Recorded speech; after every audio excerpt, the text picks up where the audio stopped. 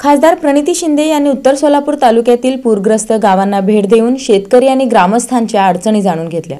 सोलापूर लोकसभा मतदारसंघाच्या खासदार प्रणिती शिंदे यांनी उत्तर सोलापूर तालुक्यातील पूरग्रस्त शिवणी गावाला भेट देऊन शेतकरी आणि ग्रामस्थांच्या अडचणी जाणून घेतल्या। यावेळी ग्रामस्थांनी खासदार प्रणिती शिंदे यांच्यासमोर आपली व्यथा मांडताना सांगितले की अलीकडील पुरामुळे गावातील शेतकरी आणि ग्रामस्थांचे मोठ्या प्रमाणावर नुकसान झाले आहे। शेती, घरे, जनावरे आणि पिकांचे नुकसान होऊन लोकांवर आर्थिक संकट कोसळले आहे। त्यामुळे गावाचे पुनर्वसन करण्यात यावे आणि शासनाने जाहीर केलेली मदत तुटपुंजी असल्याने ती वाढवावी अशी मागणी ग्रामस्थांनी केली आहे। तसेच सांगलीप्रमाणे नदीकाठच्या गावातील शेतकऱ्यांसाठी विशेष पॅकेज जाहीर करावे अशीही मागणी करण्यात आली। खासदार प्रणिती शिंदे यांनी ग्रामस्थांच्या मागण्यांकडे गांभीर्याने लक्ष देत सांगितले की शिवणी गावाचे पुनर्वसन करण्यासाठी मी ठोस प्रयत्न करणार आहे। शासनाने जाहीर केलेली मदत अत्यंत अपुरी आहे।